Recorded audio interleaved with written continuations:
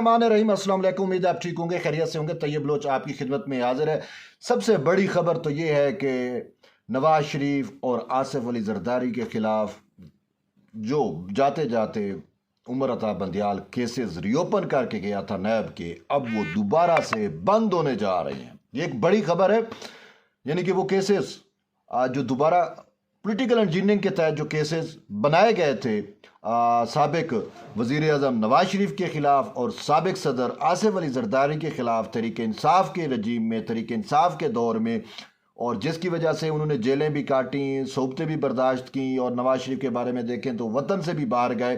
तो वो केसेस जो है, जब पीडीएम की हुकूमत बनी तो उन्होंने नैब तरमीम की थी। नैब तरमीम के बाद चूंकि वो पॉलिटिकल इंजीनियरिंग के थ्रू केसेस बनाए थे, तो उन्होंने नैब तरमीम में जो है वो कुछ ऐसी चीज़ें लेके आए थे कि जिसकी वजह से वो केसेस जो है वो बंद हो गए थे।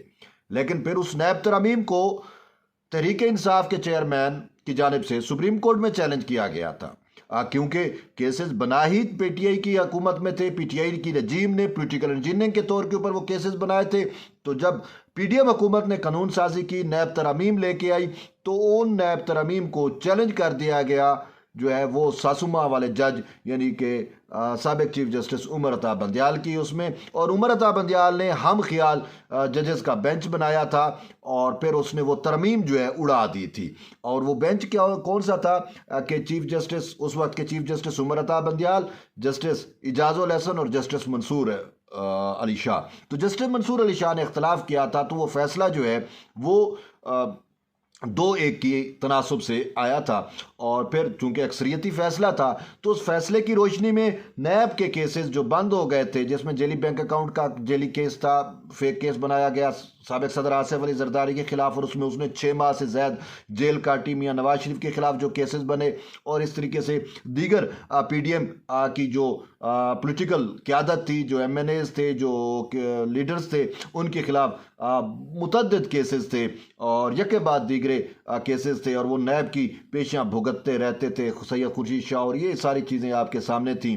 तो वो केसेस जो है वो बनाए गए थे, वो केसेस बंद हो गए थे, ठीक है, इस तरमीम से। और ये केसेस बनाए पीटीआई रजीम में थे।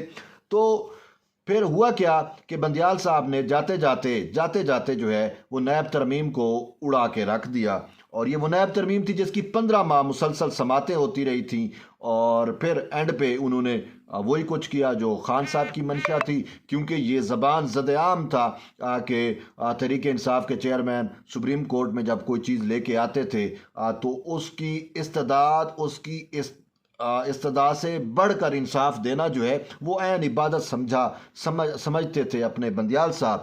तो उन्होंने जो है वो कुरान और हदीस समझते थे। तहरीक इंसाफ की कोई भी दरख्वास्त आती थी सुप्रीम कोर्ट में, तो इसी वजह से वो हम ख्याल बेंच बना के वो अपना फरीदा समझते थे कि खान साहब को उन्होंने जो हमसे रिलीफ मांगा उससे भी बढ़ के हम उसको रिलीफ दें, उनकी तवक्कुआत से भी बढ़ के जो है रिलीफ दें। और यहाँ पे मिलता रहा तहरीक इंसाफ के चेयरमैन को, इंसाफ के नाम के ऊपर जो है वो सहूलतकारी भी उसकी होती रही। तो ये नैब तरमीम केस जो है वो इसकी मुसलसल 15 समातें हुई थी। तो बंदियाल साहब जो है इस पूरे केस के अंदर 15 महीनों में तहरीक इंसाफ का जो बयानिया था वो कौमी मीडिया पे और ओवरऑल मंजर पॉलिटिकल मंजरनामे पे बुरी तरीके से पिट चुका था। लेकिन उसके बयाने को टो किया, उसी बयाने को वुसअत देता रहा, उसी बयाने को जी की तरवीज की जाती रही उमर अता बंदियाल की जानिब से इसी केस के अंदर, नैब तरमीम केस के अंदर, जब रिमार्क्स दिए जाते रहे, ठीक है। तो अब जाते जाते तो उसने ये केसेस रीओपन कर गया, क्योंकि नैब तरमीम ख़त्म हो गई, तो जो केसेस बंद हो गए थे वो रीओपन हो गए। तो केसेस तो अब रीओपन है, लेकिन अब केसेस बंद भी होने जा रहे हैं। तो आप पूछेंगे कि वो कैसे बंद होने जा रहे हैं। जी मैं आपको बताता हूँ। ये जो कल supreme court practice and procedure act का फैसला आया, इस फैसले के बाद अब ये था कि वो अपील का हक जो है वो मिल गया है, ठीक है। तो ये रिसेंटली फैसला है, नैब तरमीम वाला रिसेंटली फैसला है। इसमें तो इसमें अब अपील का हक है, वरना ये होता है कि नज़रसानी होती है। ठीक है, पहले नज़रसानी हुआ करती थी कि जब सुप्रीम कोर्ट कोई फैसला कर दिया करती थी तो उस पर नज़रसानी होती थी, और नज़रसानी का जो स्कोप होता था वो लिमिटेड होता था। उसमें हमने देखा, और आपके सामने भी चीज़ें होंगी, कि जजेस कहते थे कि आप बताएं इसमें कोई टेक्निकल गलती है, कोई इमला की गलती है, कोई सरफेस पे ऐसी गलती है तो हम वो करेक्ट कर सकते हैं, फैसला चेंज नहीं कर सकते। ये मौक़िफ़ होता था। तो यूँ नज़रसानी में चूंकि लिमिटेड स्कोप होता था तो वो इंसाफ के भी तकाजे पूरे नहीं होते थे। लेकिन supreme court practice and procedure act में अपील का हक दिया गया है, यानी कि सुप्रीम कोर्ट कोई भी फैसला करती है तो उसमें अपील हो सकती है। पहले अपील होगी, अपील में फिर फैसला, फिर उसके बाद नज़रसानी का इख्तियार बाद में भी इस्तेमाल हो सकता है। ये एक टेक्निकल चीज़ समझने की बात है।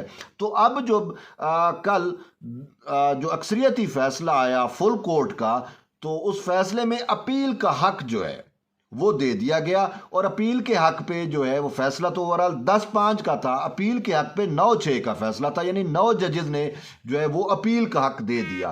तो अब अक्सरियती फैसला है supreme court practice and procedure में, और अपील में अक्सरियती जजेस ने अपील अलाउ की है।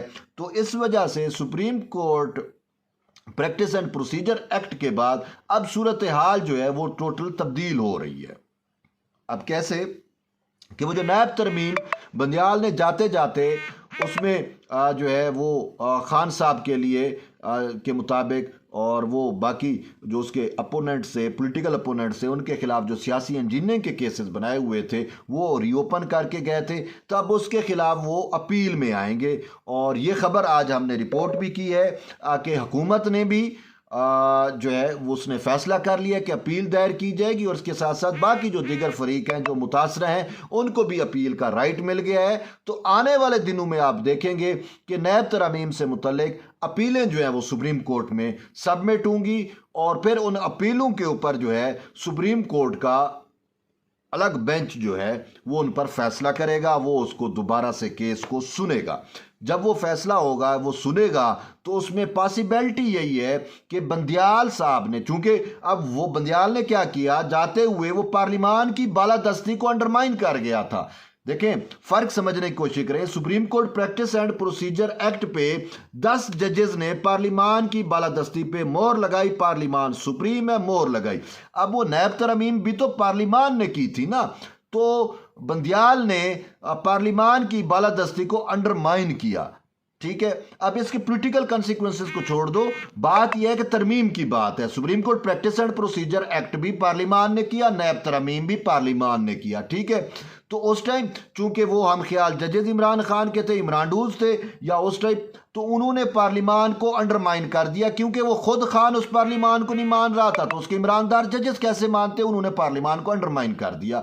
अब बंदियाल चूंकि तरीक के कूड़ेदान में चला गया है, तो अब जब मौजूदा सुप्रीम कोर्ट में के चीफ जस्टिस हैं और उसके जो बाकी, तो उन्होंने जो है पार्लिमान को बालादस्त करार दे दिया। तो ये मुकदमा पार्लिमान, अब नैब तरमीम वाला मुकदमा भी पार्लिमान की बालादस्ती का है, तो पार्लिमान की बालादस्ती को जो लेट डाउन किया है, अब वो अपील के अंदर पॉसिबिलिटी है और बहुत ज़्यादा चांसेस हैं कि पार्लिमान को फिर से बालादस्त करार दे दिया जाए, और पार्लिमान की गई नैब तरमीम को वैलिड करार दे दिया जाए, उसकी तौसीक कर दी जाए। तो जब वो तरमीम अपील में आके वैलिड हो जाएगी, तो फिर उसके बाद जो केसेस रीओपन हुए हैं वो फिर से बंद हो जाएंगे।